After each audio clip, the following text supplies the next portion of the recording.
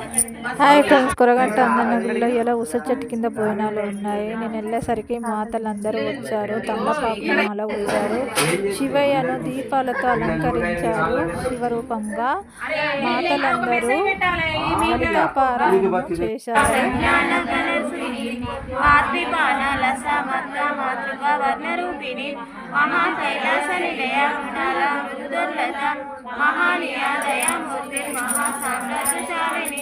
ఆత్మ విద్య మహావిద్య శ్రీ విద్య కామసేవిత శ్రీ షోడశాక్షరి విద్య త్రిపుట కామకోటిగా కాటా శకింకరి భూత కమల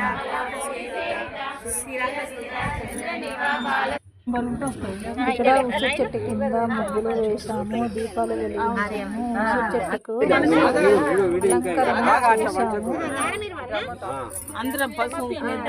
చేశాము. పంతులు గారు ఉస చెట్టుకు లుంగి టవలు అలంకరించారు.